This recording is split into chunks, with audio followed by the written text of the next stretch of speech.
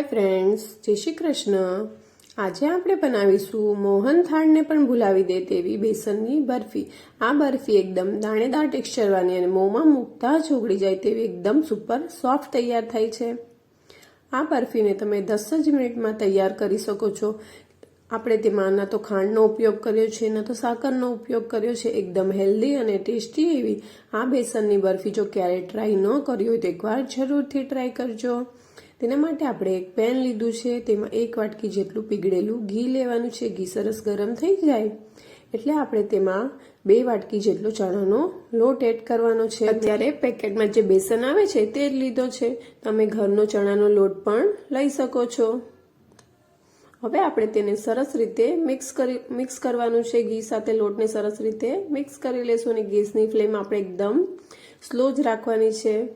જો ગેસની ફ્લેમ આપણે હાઈ રાખીએ તો બેસન નીચે બેસી જતો હોય છે, એટલે ગેસની ફ્લેમ આપણે એકદમ સ્લો રાખીશું અને લોટને સરસ રીતે ઘીમાં શેકી લેવાનો છે।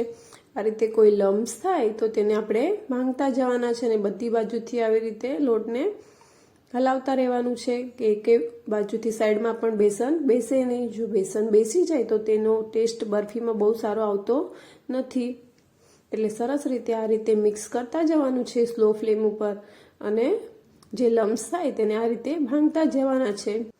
આટલા બેસનને શેકતા તમને લગભગ 7 થી 8 મિનિટનો સમય લાગી જશે। જો તમે જોઈ શકો છો કે આપણે એકદમ સ્લો ફ્લેમ ઉપર બેસનને શેકવાનો છે। આપણે સતત તેને આવી રીતે હલાવતા રહેવાનું છે, એટલે નીચે બેસે પણ નહીં અને જે લમ્સ છે એ પણ સરસ ભાંગી જાય। આપણે 50% જેટલો એટલે કે 50% જેટલા લોટને શેકી લેવાનો છે। પછી આપણે તેમાં એક ઇન્ગ્રેડિયન્ટ એડ કરીશું, તેથી બરફીનું ટેક્સચર એકદમ દાણેદાર અને આપણે માવો એડ કર્યો હોય તેવો સરસ આવશે। આપણે આ બરફીમાં માવો એડ નથી કરવાનો, તેની જગ્યા પર આપણે ઘરની જ ફ્રેશ મલાઈ એડ કરવાની છે। આપણે 1 વાટકી ઘરની દૂધની જે મલાઈ થાય, ફ્રેશ મલાઈ, તે જ આપણે તેમાં એડ કરીશું અને સરસ રીતે આ રીતે મિક્સ કરી લેવાનું છે। મલાઈ એડ કર્યા પછી તમારે સતત તેને હલાવતા રહેવાનું છે, ને તો તે નીચે બેસી જશે। જો તમે જોઈ શકો છો કે આપણે સતત તેને હલાવીએ છીએ એટલે મલાઈ છે તે બેસન સાથે સરસ મિક્સ થઈ જશે અને આપણી બરફીમાં સરસ એક માવેદાર ટેક્સચર આવશે। આપણે માવાનો ઉપયોગ કર્યો નથી તો પણ તમને એમ જ લાગશે કે આપણે બરફીમાં માવો એડ કર્યો છે, એવું સરસ ટેસ્ટ બરફીમાં આવશે। જો આ રીતે સરસ આપણે હલાવતા રહેવાનું છે। હવે આપણે તેને 3 થી 4 મિનિટ માટે હલાવીશું।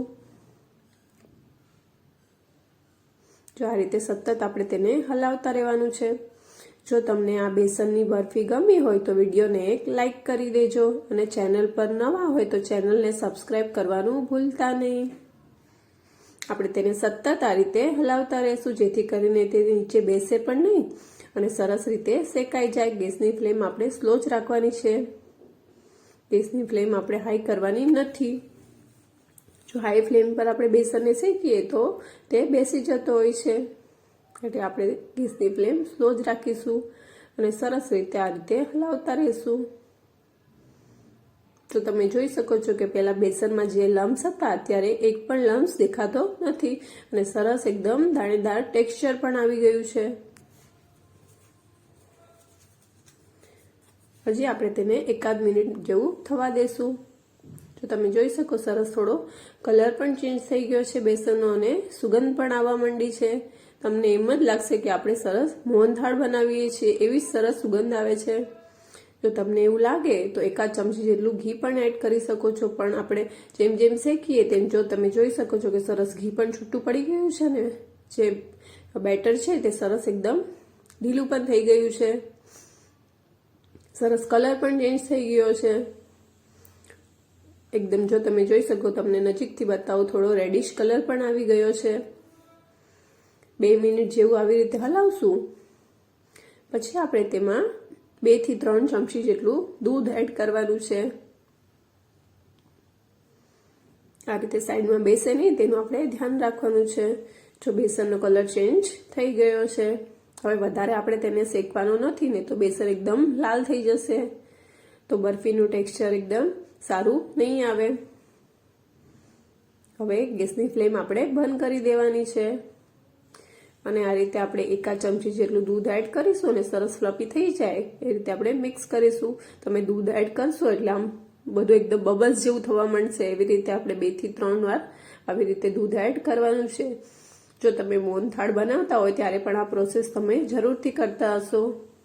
આ પ્રોસેસ કરવાથી સરસ દાણેદાર ટેક્સચર પણ આવે છે અને બરફીનો કલર પણ સરસ આવે છે. આપણે કોઈ પણ કલર એડ કરવાના નથી તો પણ આપણી બરફી એકદમ સરસ કલરવાળી તૈયાર થાય છે. એટલે આ પ્રોસેસ કરવી એકદમ જરૂરી છે. આપણે 3 ચમચી જેટલું દૂધ એડ કર્યું છે. હવે આપણે તેને નીચે લઈ લીધું છે. પછી અડધી ચમચી જેટલો આપણે એલચી પાવડર એડ કરીશું અને સરસ રીતે મિક્સ કરી લેવાનું છે. આપણું પેન છે તે ગરમ જ છે એટલે આપણે તેમાં હવે 1 વાટકી જેટલો ગોળ એડ કરવાનો છે. આપણે ગળપણ માટે ખાંડ કે સાકરનો ઉપયોગ કરવાનો નથી પણ તેને હેલ્ધી બનાવવા માટે આપણે તેમાં ગોળનો ઉપયોગ કરવાના છીએ. આપણું જે બેસનનું મિશ્રણ છે તે સરસ ગરમ જ છે.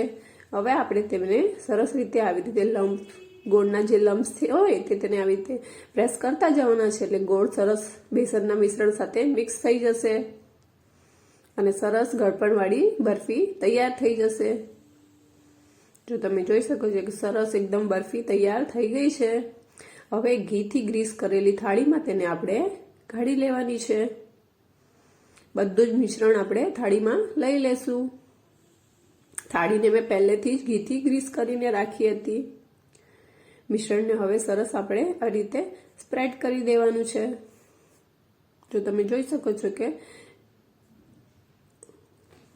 એકદમ દાણેદાર ટેક્સચર વાળી બેસનની બરફી હમણાં તૈયાર થઈ જશે. જો આ રીતની બેસનની બરફી ક્યારેય ટ્રાય ન કરી હોય તો એકવાર જરૂરથી ટ્રાય કરવા જેવી છે. હવે આપણે તેને કાજુ બદામ પિસ્તાની કતરણથી ગાર્નિશ કરીશું. પછી આપણે તેને થોડું પ્રેસ કરી લેવાનું છે એટલે જ્યારે આપણે કટ આપીએ ત્યારે ડ્રાયફ્રૂટ્સ જે ઉપર આપણે સ્પ્રેડ કર્યા છે તે નીકળી ન જાય. હવે આપણે તેને 2 થી 3 કલાક માટે સેટ થવા દેવાની છે.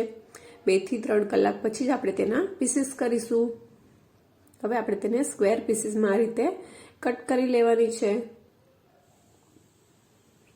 આ બરફીનું ટેક્સચર એકદમ જ મોંમાં મૂકતા જ ઓગળી જાય તેવી એકદમ સુપર સોફ્ટ તૈયાર થાય છે. એકવાર કોઈ વાર તહેવાર હોય કે પછી તમારે ભગવાનને ભોગ ધરાવો હોય ત્યારે તમે આ બરફી ટ્રાય કરી શકો છો અને ઝટપટ બની પણ જાય છે. મહેમાન કોઈ આવવાના હોય તો પણ તમે આ બરફી ટ્રાય કરી શકો છો. તમે એકવાર આ બરફી બનાવશો તો તમને વારંવાર બનાવવાનું મન થશે. એટલી સરસ ટેસ્ટી અને હેલ્ધી આ બરફી તૈયાર થાય છે. તો તમે જોઈ શકો છો કે આપણું ચાકુ જે આપણે ચલાવીએ છીએ એકદમ હળવે ચલાવીએ છીએ તો પણ એકદમ સ્મૂથલી બહાર નીકળે છે. એનો મતલબ કે બરફી એકદમ સુપર સોફ્ટ તૈયાર થઈ છે. હું એક પીસ તમને નજીકથી પણ બતાવું કે આપણી બરફીનું ટેક્સચર એકદમ સરસ દાણેદાર અને મોંમાં મૂકતા જ ઓગળી જાય તેવી એકદમ સુપર સોફ્ટ તૈયાર થઈ છે. જો તમે પીસ કરશો તો તમને ખબર પડી જશે કે આપણી બરફી કેટલી સરસ સોફ્ટ તૈયાર થઈ છે. જો રેસીપી ગમી હોય તો લાઈક, શેર અને સબસ્ક્રાઇબ કરજો. થેન્ક્સ ફોર વોચિંગ અને ફ્રેન્ડ્સ અને ફેમિલીમાં તેને શેર પણ કરજો.